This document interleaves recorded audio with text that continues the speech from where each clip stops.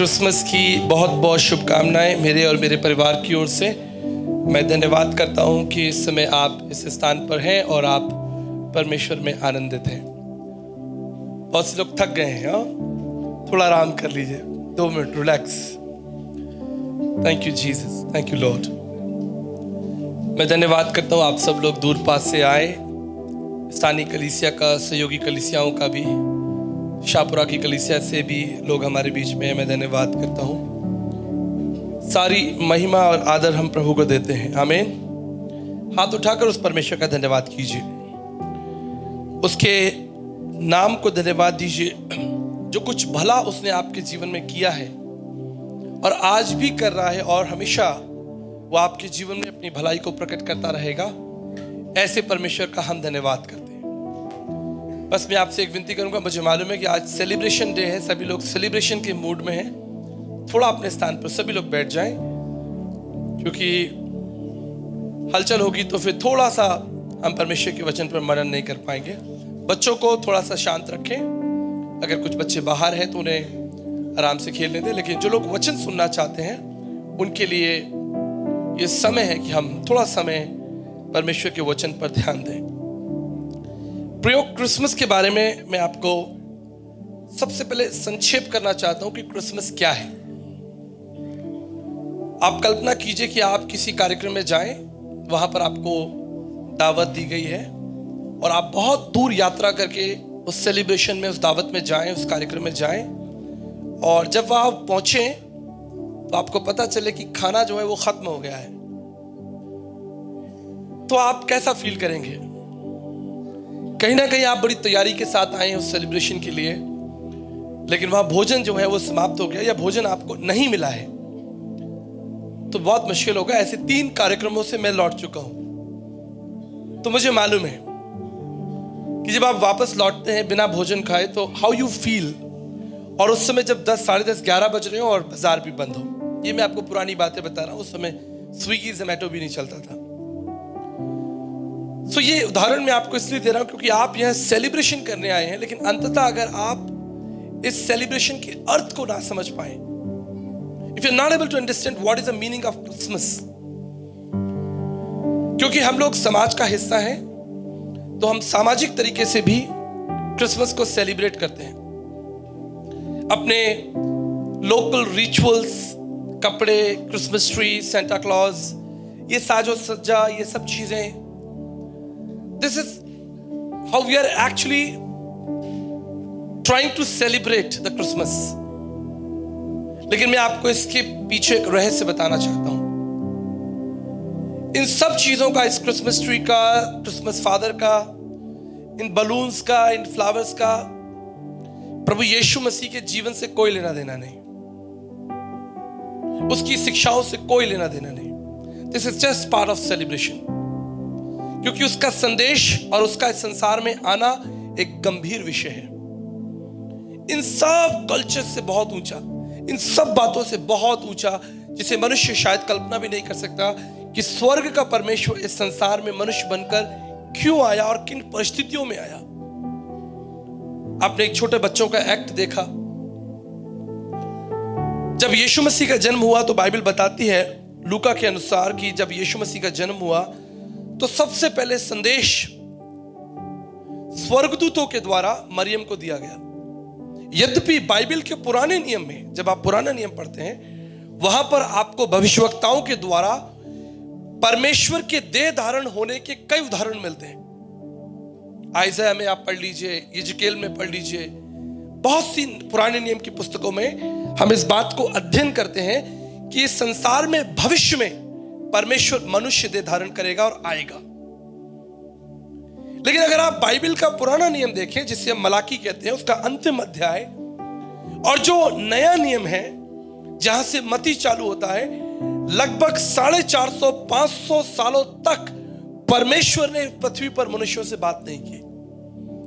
उत्पत्ति से लेकर मलाकी तक इन 39 किताबों के द्वारा परमेश्वर किसी ना किसी भविष्यवक्ता के द्वारा इस पृथ्वी पर मनुष्यों से बात कर रहा था। उसने मूसा के द्वारा बातें की, उसने दाऊद के द्वारा बातें की, सुलेमान के द्वारा बातें की, हिजकेल के द्वारा बातें की, और बहुत से छोटे बड़े नबियों के द्वारा परमेश्वर लगातार पृथ्वी पर मनुष्यों को संदेश दे रहा था। लेकिन एक दिन अचानक एक ऐसी घटना घटी, परमेश्वर ने मनुष्यों से बात करना बंद कर दिया और लगभग 450 साल तक इस पृथ्वी पर परमेश्वर ने मनुष्यों से बात नहीं की। मलाकी से लेकर और मत्ती की पुस्तक तक लगभग 450 वर्षों का अंतर है कि परमेश्वर ने मनुष्यों से बिल्कुल बात नहीं की। और उसके बाद अचानक एक अद्भुत घटना घटती है। एक लंबे साइलेंस के बाद, लंबी चुप्पी के बाद एक बड़ी अद्भुत घटना घटती है कि स्वर्ग से एक स्वर्गदूत जो है वो उतरकर एक स्त्री के पास आता है और कहता है कि तू गर्भवती होगी और तेरे एक पुत्र होगा और उसका नाम इमैनुअल अर्थात परमेश्वर हमारे साथ। इमैनुअल अर्थात परमेश्वर हमारे बीच में। ये स्वर्गदूत आकर एक स्त्री को संदेश देते हैं। ये बड़ा अद्भुत है। ये कहानियां नहीं है, ये इतिहास है। अगर आप में से कोई व्यक्ति नया है जो प्रभु यीशु मसीह को इतनी गहराई से नहीं जानता, मैं उनके लिए भी बताना चाहता हूं, ये कोरी कहानियां नहीं है, ये इतिहास है। इजराइल की घटना है जहां पर स्वर्गदूत जिब्राइल स्वर्गदूत माता मरियम के पास में आया और कहा कि तेरे एक पुत्र होगा और प्रभुता उसके कांधों पर होगी और उसके राज्य का कभी अंत नहीं होगा। आज से 2000 साल पहले यह संदेश स्वर्ग से दिया गया और माता मरियम को दिया गया। मेरे प्रियो, आज भी हमारे समाज में स्त्रियों के लिए बहुत सारे जो है वो नियम कानून हैं। कल्पना कीजिए कि 2000 साल पहले एक स्त्री अगर वो गर्भवती होगी तो समाज क्या कहेगा, दुनिया क्या कहेगी। जिसका विवाह नहीं हुआ, जिसकी मंगनी नहीं हुई, she is a single women, अभी अपने घर में है और उसके पास एक संदेश आता है कि तुम्हारे एक पुत्र होगा। कैन यू इमेजिन उस स्त्री के ऊपर क्या बीता होगा, उस माता मरियम के ऊपर क्या बीता होगा, दुनिया क्या कहेगी। लेकिन जानते उसने क्या कहा?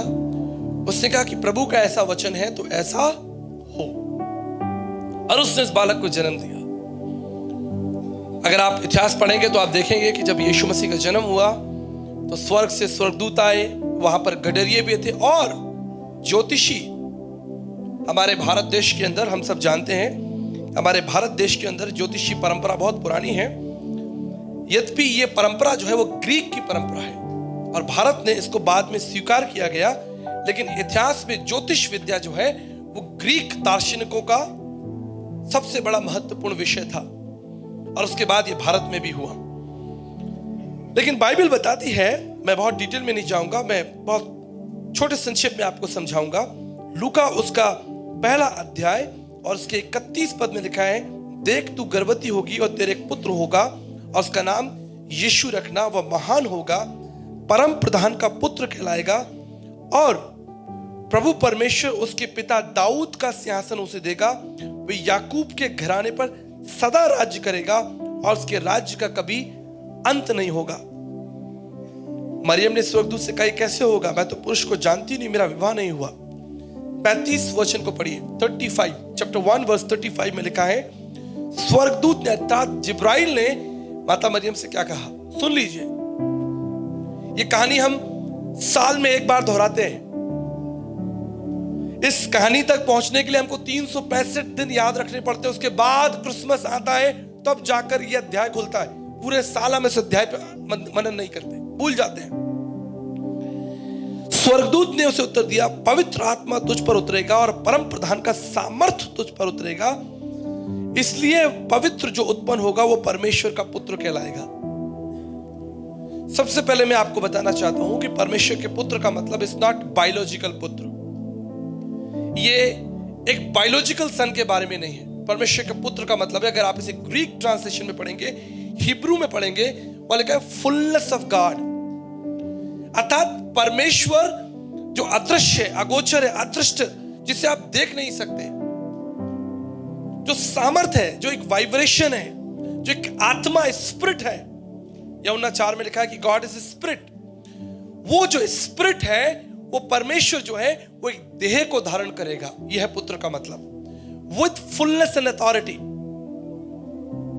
जिस तरह हमारे देश में एक प्रधानमंत्री होता है, राष्ट्रपति होता है, वो कोई व्यक्ति नहीं होता, लेकिन एक पोस्ट होती है, एक पावर होती है।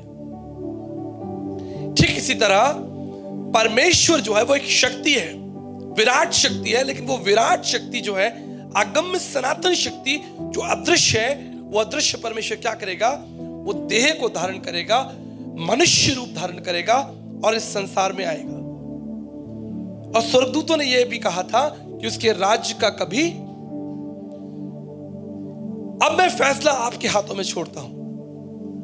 इन 2000 सालों के अंदर आप पूरे विश्व पर ध्यान दीजिए, केवल यहां बैठे हुए लोगों पर ध्यान मत दीजिए।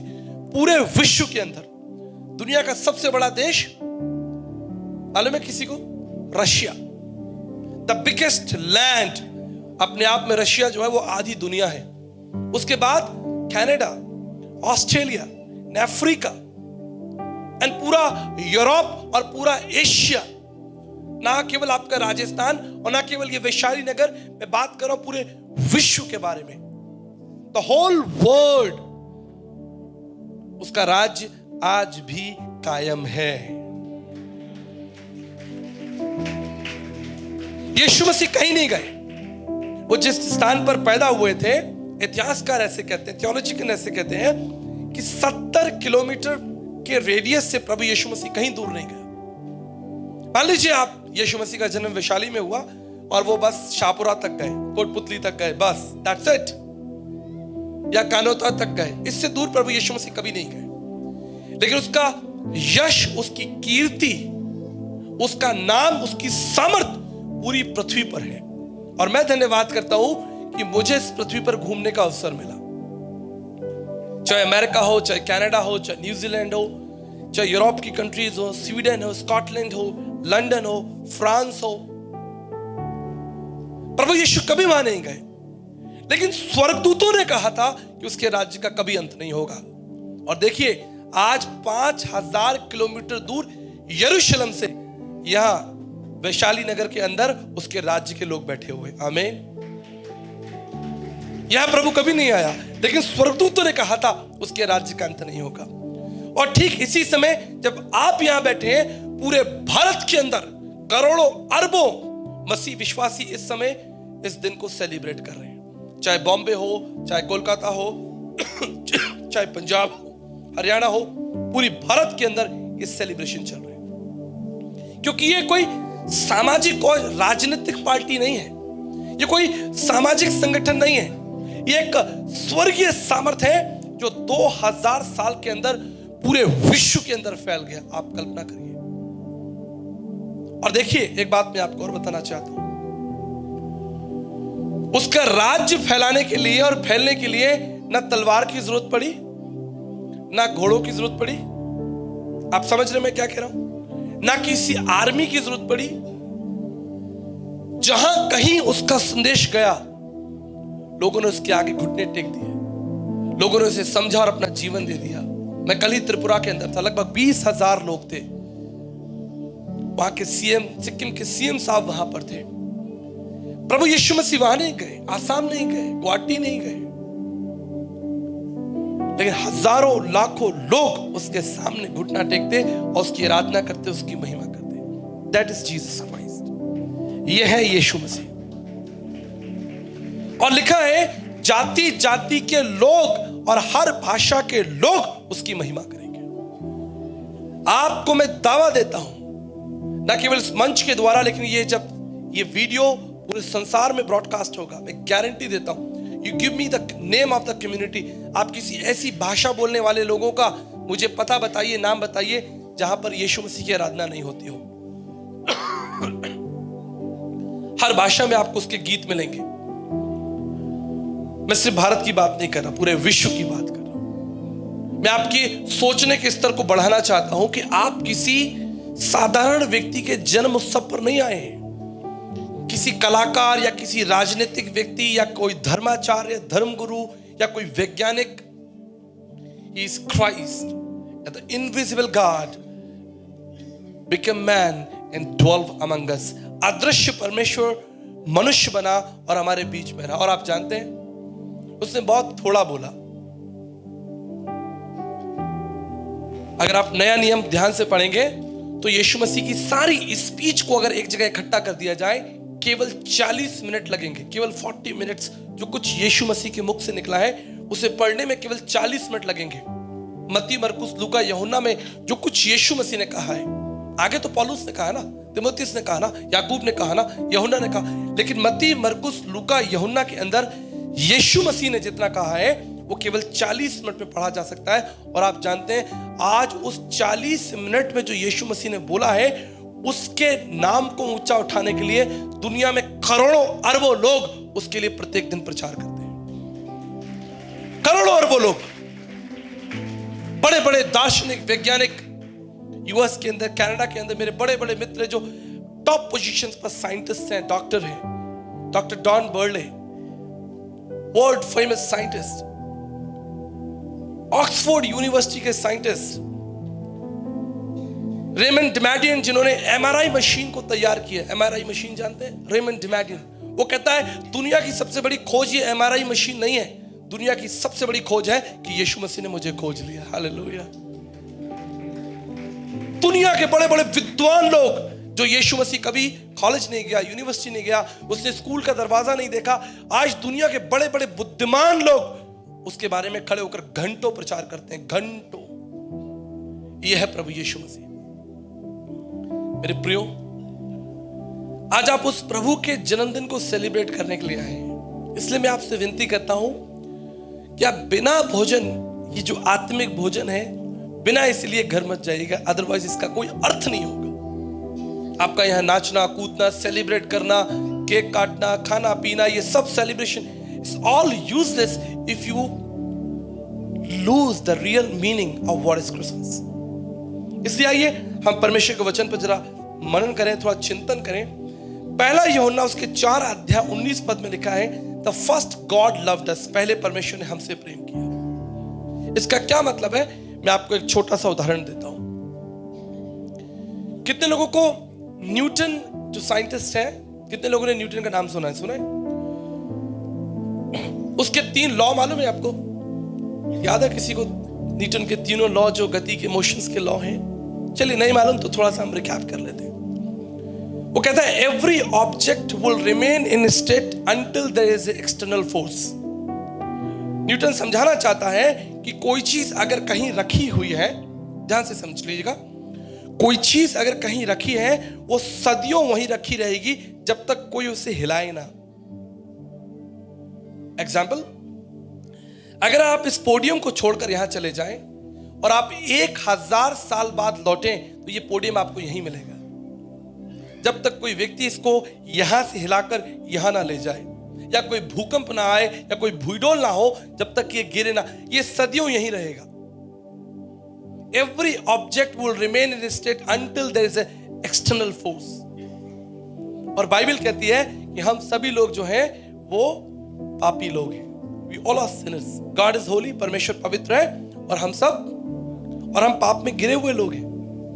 हमने सिर्फ पाप किया नहीं है, लेकिन हम पाप में गिरे हुए लोग हैं, और हम पाप में पड़े हुए हैं। क्या हम अपनी बुद्धि से, अपनी समझ से उस पाप से निकल सकते हैं? Tell me one thing. Tell me, क्या आप निकल सकते हो?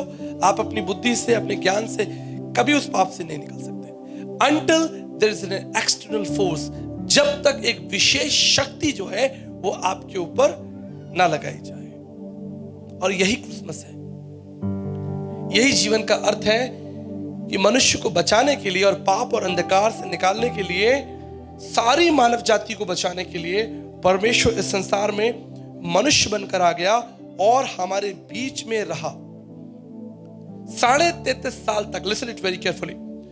33.5 साल तक परमेश्वर हमारे मध्य मनुष्य बनकर रहा। इस संसार की सबसे बड़ी डिस्कवरी है, सबसे गंभीर विषय है।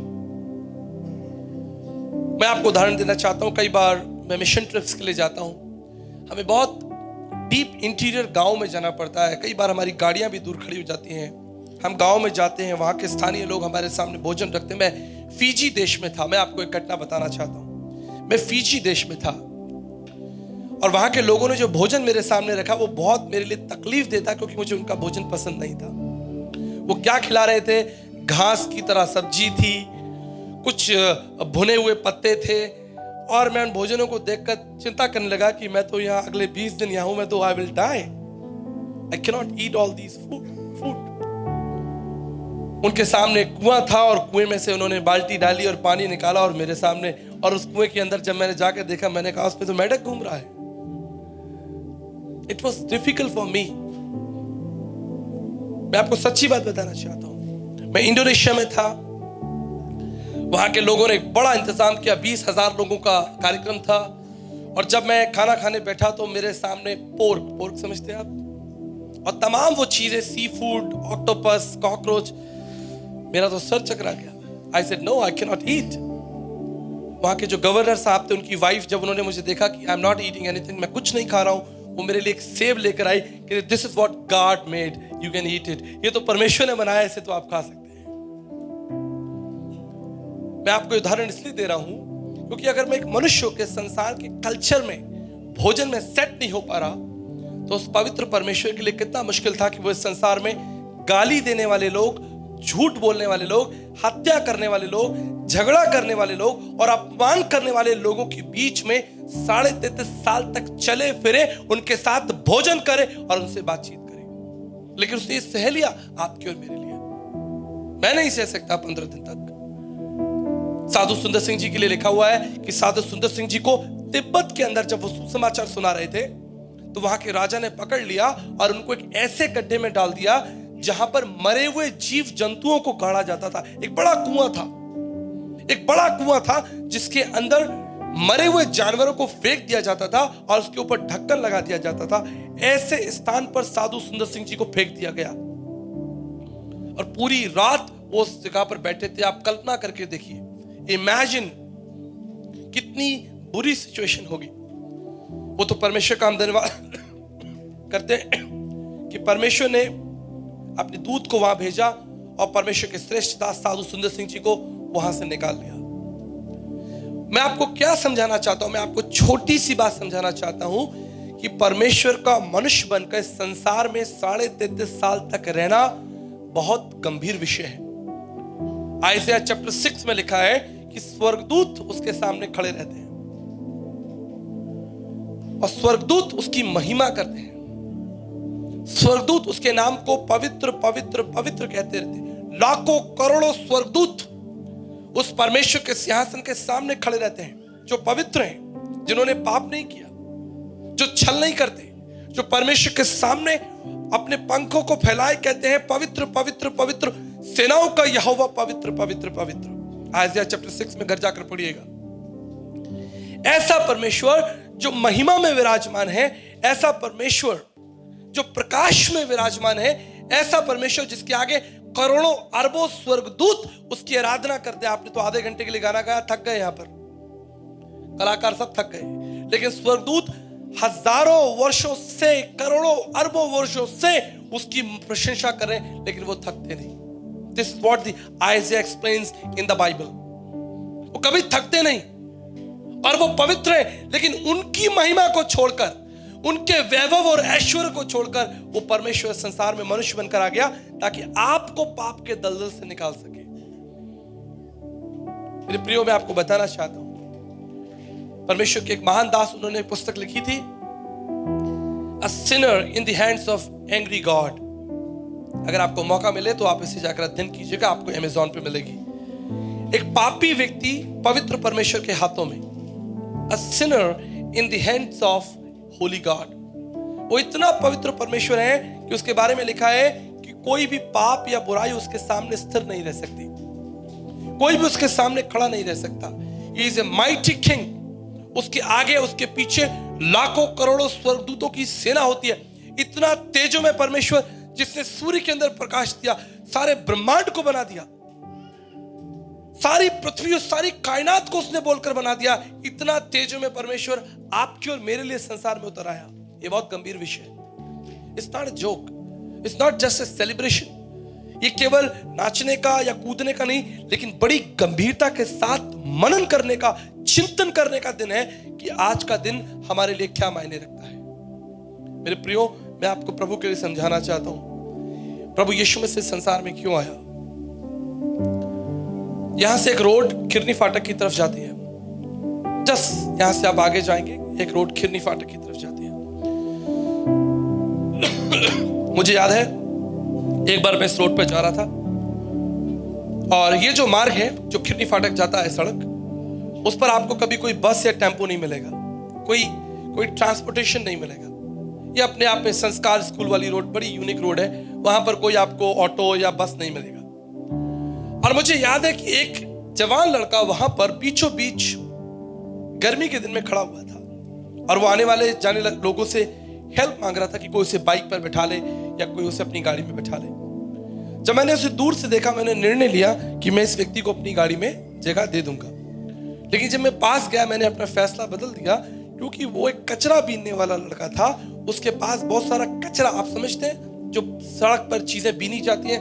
और फिर वहां देखकर मैं उसे सोचने लगा कि मैं इसे अपनी इतनी महंगी गाड़ी में बैठाकर इसको घर तक छोड़ने जाऊं या आगे लिफ्ट दूं। मैं आपको बताना चाहता हूं, and I change my decision. अगर वो खाली हाथ होता तो शायद मैं उसे बैठा लेता, लेकिन वो अपने कचरे की थैलियां जो है वो ले जाना चाहता था। So I have to change my decision. और मैं अपने घर चला गया और घर जाकर बड़े आराम से मैं चाय पीता हूं और तब परमेश्वर का आत्मा मुझसे बात करता है। फिर उन्होंने कहा, क्या हुआ? What about your righteousness? तुम्हारी धार्मिकता, तुम्हारा ज्ञान, तुम्हारा प्रेम, तुम्हारी दया, तुम्हारी करुणा।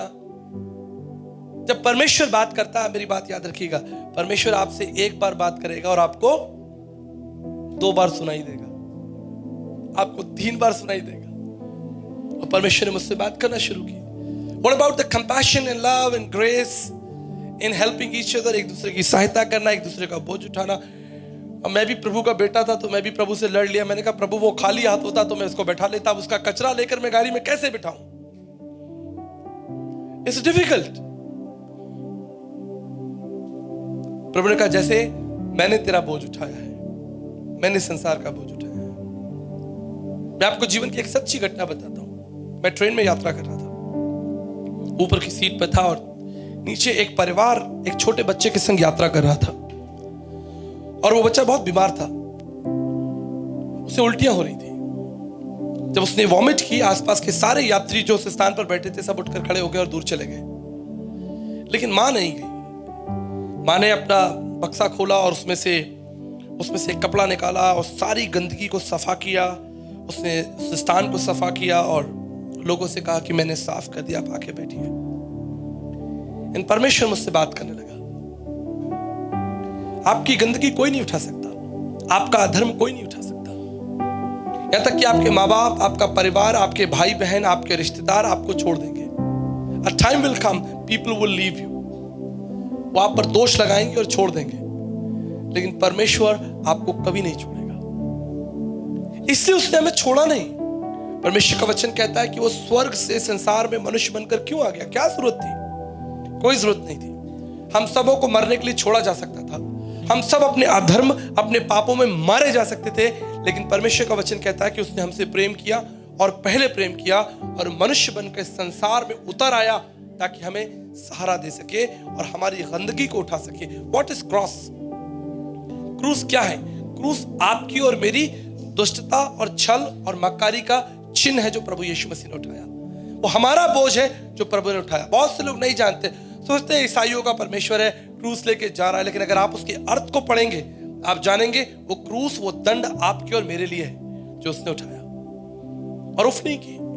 आज इस क्रिसमस पर हम उस क्रूस की बात कर रहे हैं, क्योंकि ये अनहोना होगा कि हम यीशु के बर्थ की बात करें और उसके सैक्रिफाइस की बात ना करें। ये संभव नहीं है। जब हम सुसमाचार की बात करते हैं, सुसमाचार केवल ये नहीं है कि यीशु मसीह संसार में मनुष्य बनकर आया। सुसमाचार ये है कि उसने आपके और मेरे लिए अधर्म के बोझ को उठाया और क्रूस पर मर गया और तीसरे दिन जिंदा हुआ। हालेलुया।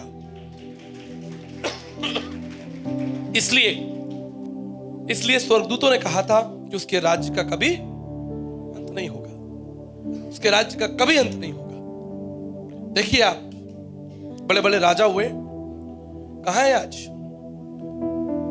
कहां है वो राजा जिन्होंने बड़े बड़े किले बनाए? मुझे याद है, मैं पिछले साल बीदर में था और बीदर का किला जो है, कर्नाटक के अंदर एक जगह है बीदर, वहां एक किला था, फोर्ट था, जहां मैं घूम रहा था। और सुबह सुबह जब हम वहां पर 9 बजे गए तो वहां केवल जंगली कुत्ते घूम रहे थे। मैंने ऑर्गेनाइजर से पूछा, कहता सर अब इस किले में कोई नहीं आता, ये 500 700 800 साल पुराना है, अब इसकी कोई एंट्री फीस नहीं है, अब ये खत्म हो चुका है। वहां एक स्थान पर बैठ के मैं सोचने लगा, उस राजा ने कितना पैसा और कितनी शक्ति लगाई होगी इस किले को बनाने के लिए, लेकिन आज उसे कोई नहीं जानता। मैं मूल रूप से आगरा का हूं, तो आप सब जानते हैं कि Taj Mahal, Lal Qila, it's all in when. वो राजा कहां है, उनकी सेनाएं कहां है, उनका वर्चस्व और वैभव कहां है, उनकी क्रांतियां कहां है, सब कुछ खत्म हो गया, एवरीथिंग हैज गॉन। लेकिन एक राजा ऐसा है जिसका राज आज भी कायम है और उसका नाम यीशु मसीह है। और आप जानते हैं उसने कभी कोई किला नहीं बनाया, लेकिन उसके लिए हजारों बड़े बड़े किले बनाए गए। आप जानते हैं उसने कभी कोई गीत नहीं लिखा, लेकिन उसके ऊपर अरबों खरबों गीत जो हैं वो लिखे गए। उसने कभी कोई किताब नहीं लिखी। Jesus never wrote any single book. पर आज संसार के अंदर अगर सबसे अधिक किसी के ऊपर पुस्तकें हैं तो वो यीशु मसीह के ऊपर है। मैं आपको इनकरेज करना चाहता हूं, आप किसी संत, महात्मा, गुरु, पीर, पैगंबर, ज्ञानी, कोई धर्माचार्य, कोई राजनीतिक व्यक्ति को सेलिब्रेट करने नहीं आए हैं। आप सेलिब्रेट करने आए हैं स्वर्ग और पृथ्वी को बनाने वाले परमेश्वर को। यह आपका अधिकार है, यह आपके लिए आनंद की बात है कि आप उसे जाने। यह आपके लिए चुनौती है, खासतौर पर जवान बच्चे, जितने जवान बच्चे बैठे हैं, मैं आपको चुनौती देना चाहता हूं कि आप उस प्रभु को जानिए। मैं धन्यवाद करता हूं मेरे माता पिता के लिए कि उन्होंने परमेश्वर को जानने के लिए हमेशा हमें प्रेरित किया, चाहे हमें दंड देना पड़े। हमें दंड देकर भी उन्होंने प्रेरित किया कि आपको कलीसिया आना है, इस प्रभु को जानना है, आपको आगे बढ़कर परमेश्वर की सेवा में हिस्सा लेना है। मेरी माता जी बैठी हैं, पूछिए आप। एक बार ऐसी एक सभा को छोड़कर मैं भाग गया था क्रिकेट खेलने के लिए। मेरी माता ने मेरे सारे कपड़े और मेरी सारी किताबें सड़क पर फेंक दी, एवरीथिंग। उन्होंने कहा कि अगर तुम्हें इस घर में रहना है तो परमेश्वर के साथ चलना होगा। You have to walk with Jesus. जब मैं 11th क्लास में था, मुझे याद है। मैं धन्यवाद करना चाहता हूं उन माता पिता के लिए जिन्होंने अपने बच्चों को आगे आने का मौका दिया, प्रेरित किया, क्योंकि आप सच्चे पवित्र परमेश्वर के राज्य के वारिस हैं। आपका नाम और आपकी सेवा युगों तक याद रखी जाएगी। आप एक बड़े काम के लिए बुलाए गए हैं। परमेश्वर ने अब्राहम से कहा था, अब्राहम मेरे पीछे चल और सिद्ध होता जा। प्रभु ने इसलिए आपको बुलाया था कि आप और आपकी संतान परमेश्वर के राज्य में सिद्ध होती जाए। Let's look to the word of God. मत्ती की इंजील उसका 9 अध्याय उसके 36 पद में एक बहुत इंपॉर्टेंट बाइबल वर्स है।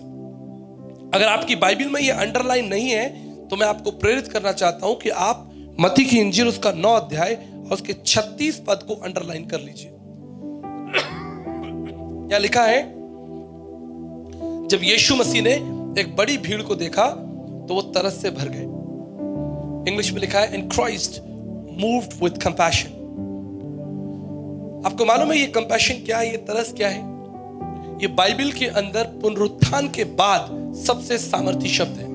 अगर बाइबल के अंदर, मेरी बात ध्यान दीजिएगा, बाइबल के अंदर सिर्फ 2 शब्दों को हटा दिया जाए, सिर्फ 2 शब्द, एक पुनरुत्थान और एक कंपैशन, तरस, इस बाइबल का कोई मूल्य नहीं रहेगा। It has no meaning. इसमें केवल कहानियां रहेंगी। लेकिन हम धन्यवाद करना चाहते हैं उस यीशु मसीह के लिए जिसके लिए लिखा है कि वो मृतकों में से जीवित हो उठा, उसका पुनरुत्थान हुआ, वो दोबारा जीवित हुआ। और यही तो हमारी सबसे बड़ी आशा है। पौलुस कहता है हमारी सबसे बड़ी आशा क्या है कि हमारा प्रभु जिसकी हम आराधना कर रहे हैं, जिसके हम गीत गा रहे हैं, वो जिंदा है।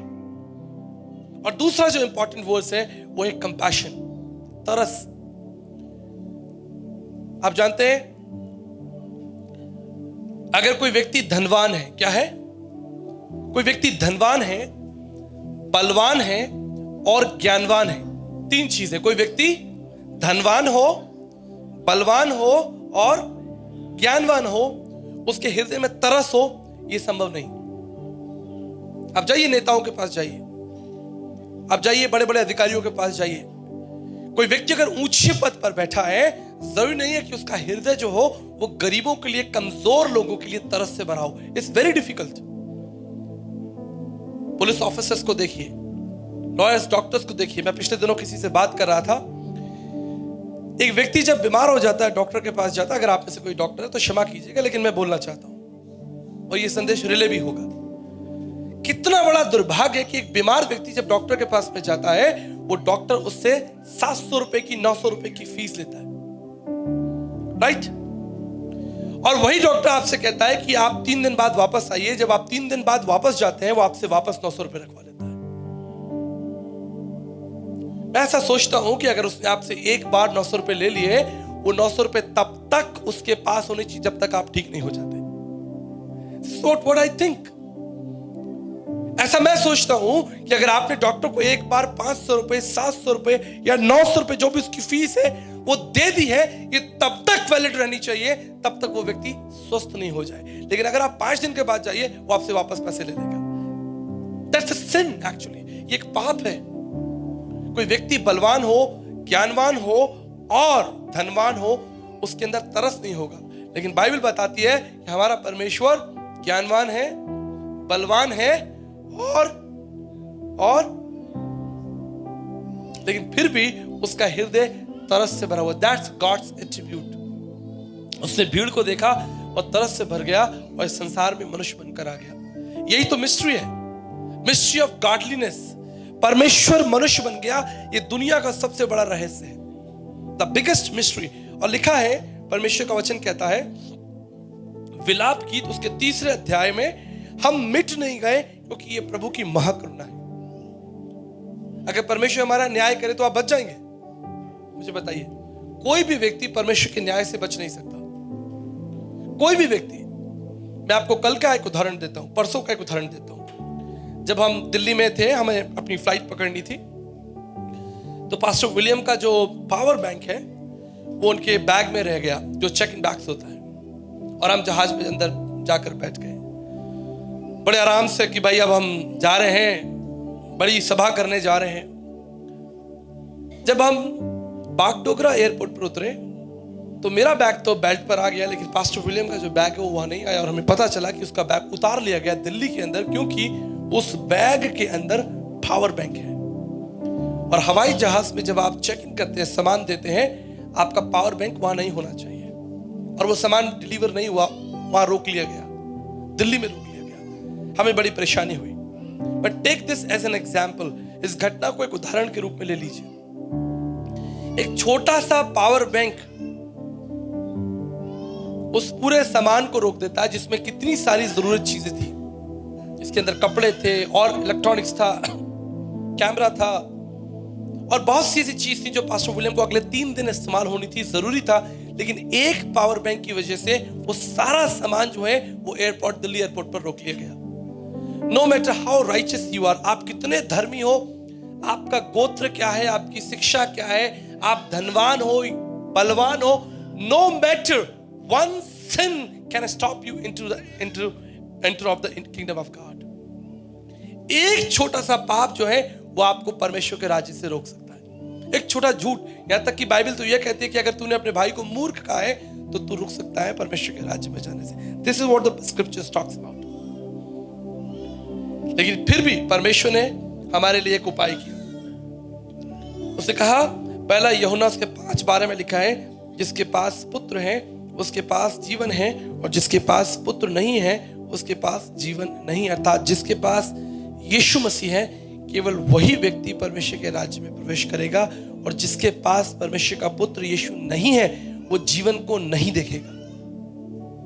इस मृत्यु के बाद जब आप इस संसार को छोड़ेंगे, आप परमेश्वर के राज्य में प्रवेश नहीं कर सकते। If your sin has not been forgiven, अगर आपके पाप क्षमा नहीं हुए, आप परमेश्वर के राज्य में नहीं प्रवेश कर सकते। चाहे आपकी मान्यता कुछ भी हो, आप किसी भी समाज से आते हो, आपकी भाषा कुछ भी हो, आपका गोत्र कुछ भी हो, बाइबल ये कहती है जिसके अधर्म क्षमा नहीं हुए वो परमेश्वर के राज्य में प्रवेश नहीं कर सकता। Listen it very carefully. और हो सकता है कि आपके पाप कोई दूसरा ना जानता हो, लेकिन कम से कम आप तो जानते हैं कि आपने परमेश्वर के विरोध में क्या पाप किया है। जब सारी तरफ से हम बंधे हुए हैं, कोई उपाय नहीं है, तब परमेश्वर का वचन क्या कहता है? यहोवा ईरे। किसी को याद है? परमेश्वर का नाम है यहोवा। क्या मतलब है? परमेश्वर प्रबंध करने वाला, परमेश्वर उपाय करने वाला। अब सब हम पाप के अधीन है, सब गिरे हुए नीचे जमीन पर। अब कौन उपाय करेगा? अब हमारी सहायता कौन करेगा? केवल परमेश्वर।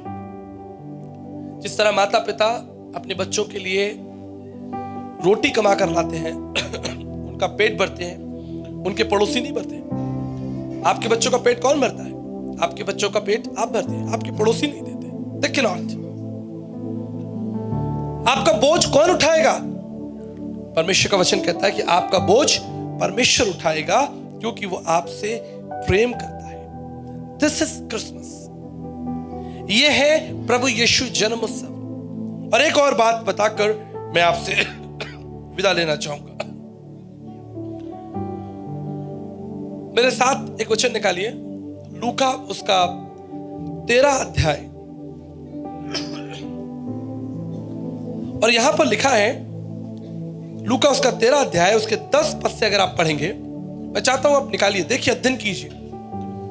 लूका उसका 13 अध्याय और उसके 10 पद से यहां लिखा है कि जब यीशु मसीह आराधनालय में था और उपदेश दे रहा था, वह एक स्त्री थी जिसे 18 वर्ष से दुर्बल करने वाली दुष्ट आत्मा लगी थी।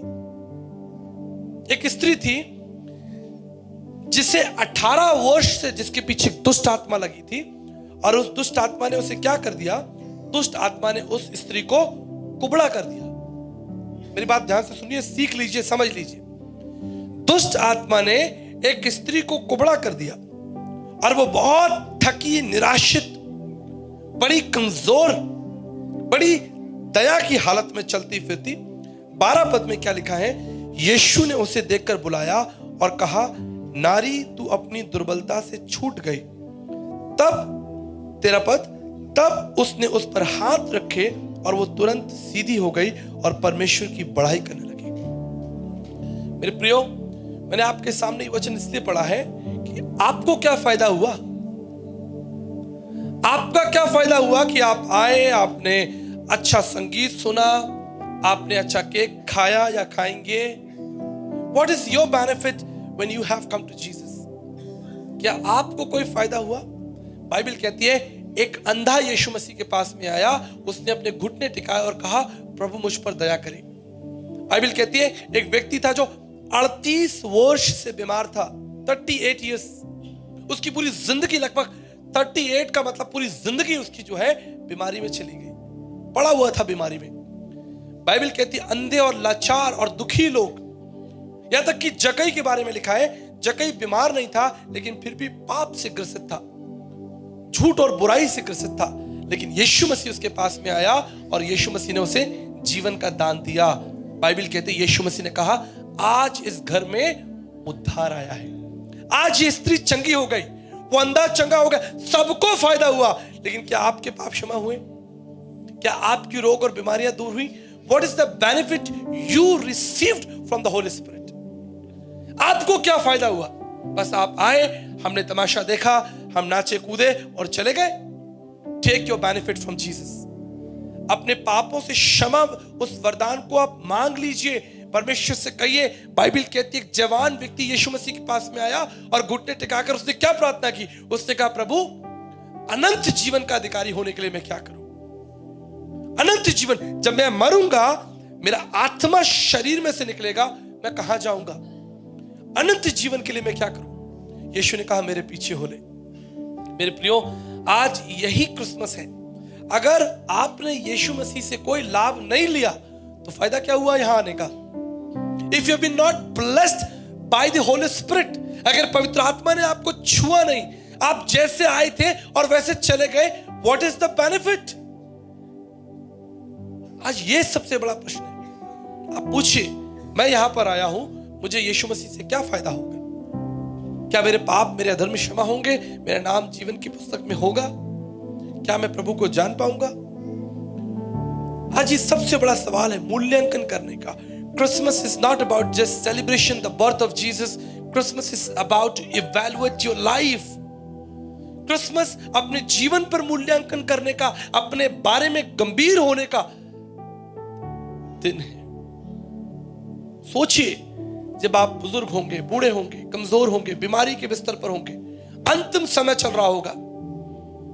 मैंने बहुत बुजुर्गों से बात की जो अंतिम, मैं हिमाचल में था, एक गांव में गया, वहां पर एक अंकल जी थे जो बहुत बुजुर्ग और कमजोर थे, अपनी बीमारी के बिस्तर पर थे। और जब मैं उनके लिए प्रार्थना करने गया, उन्होंने मेरे सामने एक बात रखी। उन्होंने कहा, बेटा मैंने जीवन भर अच्छा खाया, मैं एक आईपीएस ऑफिसर था, अच्छी यात्राएं की, लोग मुझे सलाम करते थे, लेकिन आज जब मैं जीवन के अंतिम मोड़ पर हूं, मुझे नहीं मालूम मैं एक्चुअली कहां जा रहा हूं। अब अंधेरा लग रहा है, अब जो है चीजें डगमगाती हुई लग रही है, लेकिन जब मैं जवान था, मैं बहुत तेज तर्रार एक आईपीएस ऑफिसर था। मुझे लोग सैल्यूट करते, मेरे लिए गाड़ियां खड़ी होती, सारे बड़े बड़े अधिकारी लोग, शहर के व्यापारी लोग मुझे नमस्कार करते, मुझे बड़ी सभाओं में दावत दी जाती, मेरा मान सम्मान होता, मेरे फोटो लगते पूरे हिमाचल के अंदर। But now I am dying, I am suffering. मुझे नहीं मालूम कि मैं अगला दिन भी देख पाऊंगा। उनके वेंटिलेटर लगा हुआ था, गहरी गहरी सांसें ले रहे थे। मेरे पास उनके लिए कोई खास संदेश नहीं था, इसलिए क्योंकि वो अपने जीवन के सारे दिन तो जी चुके हैं। मेरे पास केवल एक छोटा संदेश था, एक साधारण संदेश था कि आप अपने पापों को मान लीजिए और यीशु मसीह से पश्चाताप कीजिए। आप जानते हैं, उन्होंने अपने हाथों को जोड़ा। अंतिम समय जब मैंने उन्हें देखा, उन्होंने अपने हाथों को जोड़ा और प्रभु से कहा, प्रभु मुझे क्षमा कर दीजिए उन सब अधर्मों के लिए। और उनकी आंखों से आंसू बह रहे थे। He was crying with tears। मेरा हृदय बड़ा विचलित हो गया। एक दिन मैं और आप उस परिस्थिति से निकलेंगे, एक दिन मैं और आप उस स्थान से गुजरेंगे। वो दिन आएगा जब मैं और आप अंतिम जीवन की सांस ले रहे होंगे और हम अपने जीवन का मूल्यांकन करेंगे कि क्या मैंने एक अच्छा, ईमानदार और एक अच्छा पवित्र जीवन परमेश्वर के लिए जिया है, या बस खाया पिया, एंजॉय किया, पैसा गाड़ी बनाई और इस संसार से हम विदा हो रहे हैं। क्रिसमस एक गंभीर विषय है और सबसे बड़ी गंभीरता यह है कि क्या आप उस परमेश्वर को जानते हैं, क्योंकि वचन कहता है 1 यूहन्ना 2:17 में, संसार और उसकी अभिलाषाएं मिट जाएंगी, परंतु जो परमेश्वर की इच्छा पर चलेगा वो सर्वदा बना रहेगा। आप सर्वदा बनाए रहने के लिए बनाए गए थे, लेकिन पाप आपका अंत कर सकता है, दुष्टता आपको अंधकार में ले जा सकती है, पाप आपको परमेश्वर से बहुत दूर ले जा सकता है। इसलिए क्रिसमस हम सेलिब्रेट कर रहे हैं कि परमेश्वर इस संसार में हमारे लिए एक उपाय, एक प्रबंध लेकर आया। उसने कहा, मैं तुम्हारा कर्जा भरूंगा, मैं तुम्हारी सहायता करूंगा, I will help you, I will guide you. मैं उस व्यक्ति के बारे में सोचता हूं जो अंतिम क्रूस पर लटका हुआ था यीशु मसीह के साथ। लास्ट टाइम उसकी जिंदगी की वो आखिरी शाम थी, आखिरी दोपहर, आखिरी शाम, लेकिन उसके सामने यीशु मसीह था और वो क्रूस पर जड़ा हुआ था, उतर नहीं सकता। कुछ लोगों ने कहा कि उसने बपतिस्मा नहीं लिया, लेकिन वो स्वर्ग पहुंच गया। What a glorious! A man enter in the kingdom of God even without baptism. हमारे मसीह समाज में यीशु मसीह के पीछे चलने के लिए जल संस्कार की विधि, पापों की पश्चाताप की विधि कितनी अनमोल है, कितनी महत्वपूर्ण है। We all have to take। पिछले दिनों मेरी बच्ची ने भी जल संस्कार की विधि के द्वारा यीशु मसीह को अपना उद्धारकर्ता ग्रहण किया। वो आखिरी शाम उस व्यक्ति के लिए, उसके पास समय नहीं था कि वो क्रूस से उतरे और उतर कर प्रभु के पैरों को चूमे। उसके पास समय नहीं था कि वो प्रभु के पांवों को पकड़ ले और रोए। वो तो क्रूस पर चढ़ा हुआ था। He was on the cross and dying। बस कुछ ही क्षण थे उसके पास। उसने अपनी कमजोर निगाहों से अपनी घायल अवस्था में यीशु मसीह की तरफ देखा। टूटा हुआ, घायल, नंगा, सफरिंग, उसके शरीर से खून की बूंदें गिर रही हैं। बस अगले 1 घंटे में उसका प्राण इस शरीर से निकल जाएगा और वो कल का सवेरा नहीं देख पाएगा। उस कमजोर स्थिति में उसने बस यीशु मसीह की तरफ देखा और कहा, हे प्रभु, जब तेरा राज आए तो मुझे स्मरण रखना, मुझ पर दया करना। आप जानते हैं, यीशु ने तरस की निगाहों से उसकी तरफ देखा। God moved with compassion। प्रभु यीशु मसीह उस क्रूस पर जब वो स्वयं मर रहा है, he is dying, उसने उस व्यक्ति की तरफ तरस से देखा और क्या कहा, आज ही तू मेरे साथ स्वर्ग लोक में होगा, आज ही तू मेरे साथ स्वर्ग में होगा। आप कल्पना करके देखिए, एक मरता हुआ व्यक्ति प्रभु से प्रार्थना करता है। A man who is dying, he prayed to Jesus and said, Lord, take care of me in your kingdom of God। प्रभु अपने राज्य में मेरी सुधि रखना। मैं धन्यवाद करता हूं, हम मर नहीं रहे, हम जिंदा हैं। हमारे पास बड़ा अवसर है कि हम प्रभु के चरणों में गिरकर इस वचन को पढ़कर प्रभु को सेलिब्रेट कर सकते हैं। उस व्यक्ति के पास सेलिब्रेशन का समय नहीं था, इट इज डेड एंड। लेकिन मेरे और आपके लिए अभी एक लंबा समय है, हम उसकी आराधना कर सकते हैं, उसके लिए नए गीत लिख सकते हैं, उसके लिए नाच सकते हैं, कूद सकते हैं, उसकी आराधना कर सकते हैं, उसके पांव में गिरकर, उसके वचन के सामने गिरकर उसके नाम को धन्यवाद और पवित्र कह सकते हैं। लेकिन उस व्यक्ति के पास ये समय नहीं था। मेरे प्रियो, आपके पास समय है। आपको चुनौती देना चाहता हूं, टेक इट वेरी सीरियस। ये आपकी जिंदगी का बीमा है। आपको मालूम है, जब कोई व्यक्ति गाड़ी खरीदता है तो वो अपना गाड़ी का इंश्योरेंस करा लेता है। उसे डर है कि अगर मेरी गाड़ी कहीं बाजार में टक्कर हो गई तो मेरे ऊपर 40,000 50,000 का खर्चा होगा।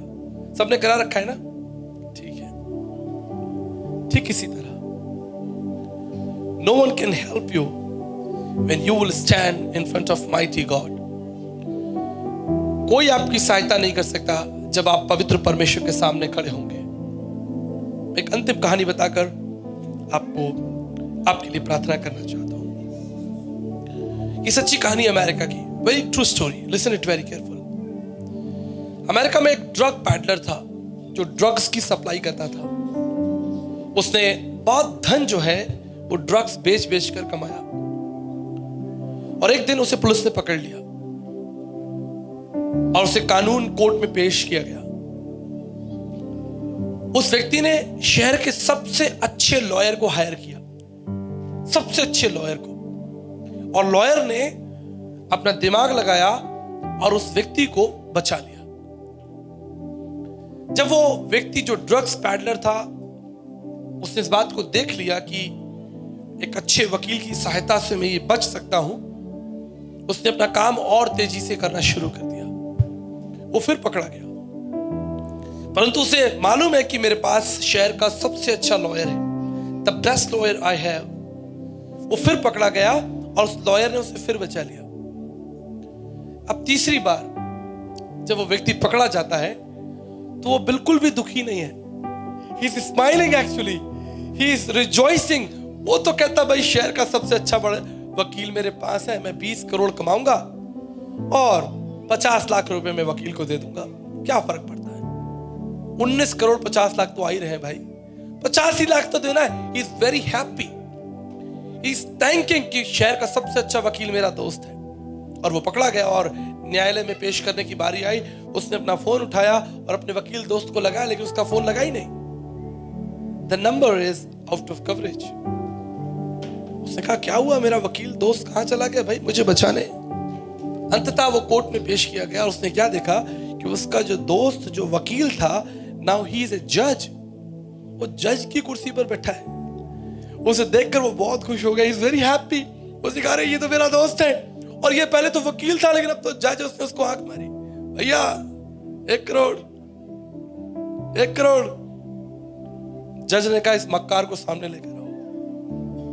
बोला, 1 करोड़ तुम्हें मैं 10 साल की जेल में भेजता हूं। उस जज ने उसे 10 साल के लिए जेल भेजी। It's a true story. जब वो जा रहा था तो उस व्यक्ति ने कहा कि सर, मैं आपसे एक सवाल पूछना चाहता हूं, आप मुझे भूल गए? आप मेरे वकील थे, मैंने आपको 3 बार हायर किया और आपने मेरी मदद की। उसने कहा, मेरे मित्र सुन लो, एक समय था जब मैं वकील था, लेकिन अब मैं न्यायाधीश हूं। मैं वकील था तो तुम्हारे साथ था। When I was a lawyer, I was your lawyer. But now I am a righteous judge. मैं एक न्याय करता हूं। मेरे प्रियो, जब तक आप जिंदा हैं, यीशु मसीह आपका वकील है। लेकिन जिस दिन आपकी आंखें बंद होंगी, आप वकील यीशु से नहीं मिलेंगे, आप एक न्यायाधीश प्रभु यीशु मसीह से मिलने जा रहे हैं। प्रभु का वचन कहता है, धन्य जिसके अधर्म क्षमा हुए और धन्य जिसका पाप ढांप दिया गया। आज मौका है आपके पास। मुझे मालूम है हम सब नए कपड़े पहनकर केक खाने के लिए, हमारे बहुत से लोग तो सोचते हैं कि ईसाइयों का त्योहार है तो मोमबत्ती भी ले आते हैं। कोई लाए तो नहीं मोमबत्ती यहाँ पर? हाँ, पिछली बार कुछ लोग बोले मोमबत्ती कहाँ लगाए। मैंने अरे हम मोमबत्तियां नहीं जलाते, हमारा प्रभु हमारे जीवन में प्रकाश करता है। आज आपके पास एक अवसर, एक मौका है उस यीशु मसीह को जानने का। ये कोई त्योहार नहीं है। It's a time to evaluate your life. It's a time to receive your blessing, your portion from Lord Jesus Christ. वो स्त्री आई, अपना भाग लेके चल दी। वो अंधा आया, वो भी ठीक होके चल दिया। वो क्रूस पर मरता हुआ व्यक्ति भी अंतिम समय में उसने प्रभु यीशु को अपना उद्धारकर्ता माना और वो भी परमेश्वर के राज्य में प्रवेश कर। सबने जो यीशु मसीह के पास आए, कुछ ना कुछ यीशु मसीह से पाया। आपने क्या पाया? Have you received your eternal life? Have your sin forgiven? क्या आपके पाप क्षमा हो गए? अगर नहीं, आज आपके पास मौका है। और अगर आप ऑलरेडी ये प्रार्थना कर चुके हैं, मैं परमेश्वर का धन्यवाद करता हूं कि आप परमेश्वर के राज्य में। मैं आपके लिए प्रार्थना करना चाहता हूं।